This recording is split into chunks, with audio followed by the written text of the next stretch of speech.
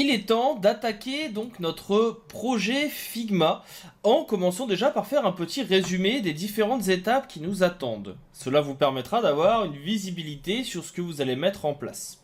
On va commencer par présenter dans cette vidéo le sujet, puis nous attaquerons ensuite la mise en place de notre document.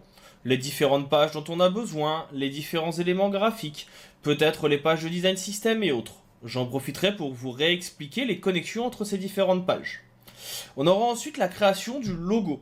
Parce que oui, tant qu'à faire et quitte à faire un projet de zéro, nous allons également réaliser le logo de notre projet. Les autres pictogrammes ne seront pas réalisés. Vous pouvez les retrouver directement dans les ressources. Il y a deux fichiers qui sont des fichiers AI. Vous pouvez les ouvrir dans Photoshop, dans Illustrator ou autre logiciel vectoriel et les importer directement dans le logiciel. Ça permettra ainsi de pouvoir travailler avec du vectoriel. On verra ensuite la mise en place du design system, du moins la première partie. Puis on attaquera ensuite les wireframes de notre site.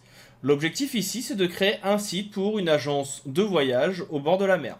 Il y aura donc plusieurs pages et plusieurs éléments qui seront redondants. On verra ensuite la création des différents composants dont on a besoin pour notre site à partir de notre wireframe. Et on fera ensuite la maquette et le prototypage. L'objectif étant, comme vous le voyez, de vous permettre de partir de zéro et de voir les différentes étapes qui vous attendent pour la réalisation d'une interface. Voilà pour cette petite partie. On va donc maintenant passer à la partie donc de préparation du document à partir de l'interface d'origine de Figma. Je passe par la version web, mais vous pouvez passer très bien par l'application ou le desktop, comme vous le souhaitez. Dans tous les cas, on attaque ça tout de suite dans la prochaine vidéo.